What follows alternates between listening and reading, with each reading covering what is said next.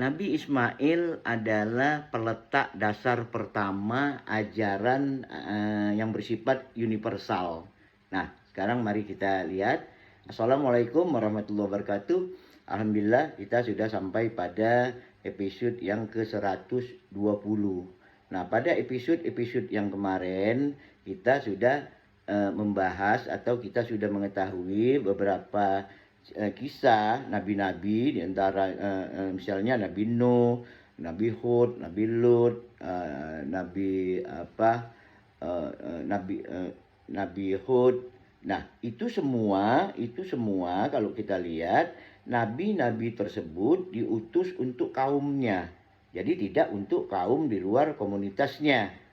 Nah, sebutan kaum ini sebenarnya kaum ini berasal dari terbentuk dari huruf kaf, waw, mim. Kawama yang artinya merujuk pada dasar atau makna dasar merujuk pada himpunan yang terbatas. Nah, jadi makna dasar daripada kawama ini adalah himpunan yang terbatas.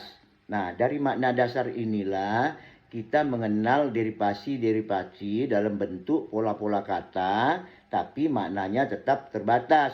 Nah, misalnya dari sini kita mengenal kata makam. Nah, makam ini kan suatu tempat yang terbatas. Mukimin, orang yang mendiami suatu tempat. Nah, pemimpin dalam bentuk yang terbatas juga disebut dengan qawamun. Misalnya di surah An-Nisa ayat 34 itu kan dikatakan ar-rijal qawamun nisa. Artinya kemampuan bisa zakar dan unsa, kemampuan laki-laki dan perempuan itu bisa kita pahami dalam bentuk maskulin dan feminin. Nah, makanya kita lihat misalnya ada perempuan-perempuan yang menjadi pemimpin perang, pemimpin dalam suatu pemerintahan. Nah, ini makna pemimpin yang terbatas, yang terbatas gitu. Nah, berbeda dengan Nabi Ismail. Nah, kalau nabi-nabi tadi itu menyerukan perintah-perintahnya kepada kaumnya, tapi Nabi Ismail menyerukan perintah-perintah bukan menggunakan istilah kaum. Nah, sebenarnya kalau kita lihat, sebenarnya hal ini bermula dengan doa Nabi Ibrahim ketika Nabi Ibrahim meninggalkan Nabi Ismail di Mekah. Nah, di sana kita sudah tahu, kita sudah bahas kemarin kan, Nabi Ismail itu kan ditinggalkan di Ka'bah, di samping Ka'bah. Nah, tujuannya apa? Nah, tujuannya dapat kita lihat di surah Ibrahim ayat 37. Nah, di sana Ibrahim mengatakan Rabbana, ya Tuhan kami, liyuqimus shalat. Nah, agar Nabi Ismail itu dapat melakukan salat, faj'al af'idata minan nasi tahwi ilaihim. Jadi, dan juga Nabi Ibrahim berdoa agar nalar empiris manusia yang berhubungan dengan Nabi Ismail ini, dia membentuk hubungan-hubungan ini supaya apa? Supaya nalar-nalar empirisnya ini dia cenderung kepada Nabi kepada Nabi Ismail. Nah, jadi kalau kita lihat ada dua hal penting di dalam surah Ibrahim ayat 37 ini. Nah, yang pertama di sana Nabi Ibrahim ini disuruh agar melakukan sholat di tempat di Ka'bah itu. Yang kedua, agar manusia-manusia yang berhubungan dengan Nabi Ibrahim ini hatinya cenderung kepada Nabi Ismail ini hatinya cenderung kepada Nabi Ismail. Nah, yang pertama kita sudah tahu, yang pertama itu bait itu untuk melaksanakan sholatnya itu Nabi Ismail dan Nabi Ibrahim bersama-sama membetulkan Ka'bah, meninggikan Ka'bah. Nah, itu untuk apa? Untuk mereka sholat. Makanya di sana kita melihat pada waktu kita melihat bekas-bekasnya. Di sana ada makam Ibrahim.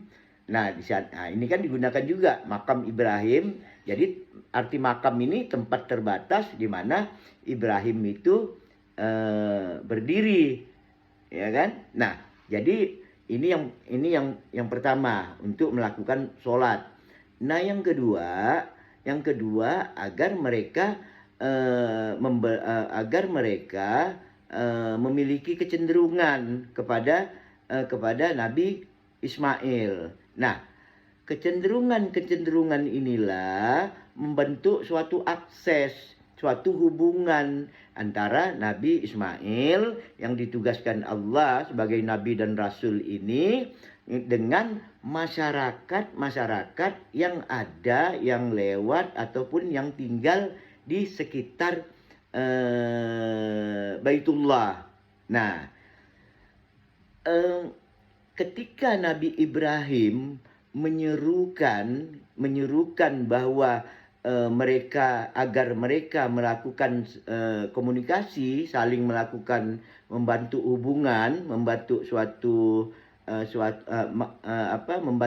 hubungan di antara mereka. Nah, ini Nabi Ibrahim memerintahkannya tidak menggunakan istilah kaum.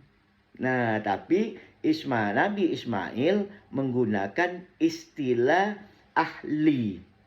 Nah, jadi dapat kita lihat misalnya ini di kitab surah Maryam ayat 55 di sana dikatakan wa kana ya'muru ahlahu bis salat.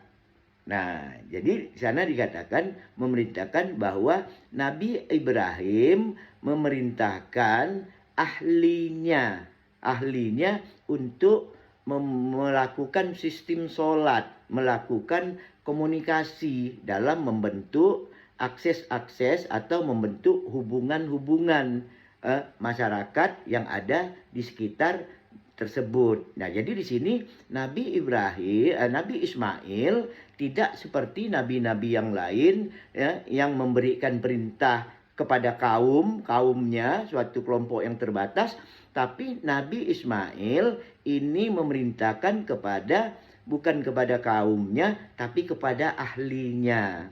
Nah, apa makna daripada ahli? Nah, kalau kita lihat makna ahli ini adalah merujuk pada anggota-anggota yang berada dalam satu himpunan, di mana anggota-anggota tersebut bisa terdiri dari berbagai latar belakang, baik misalnya bisa dari keturunan yang berbeda, dari tempat yang berbeda, dari suku-suku yang berbeda, dari kaum-kaum yang berbeda.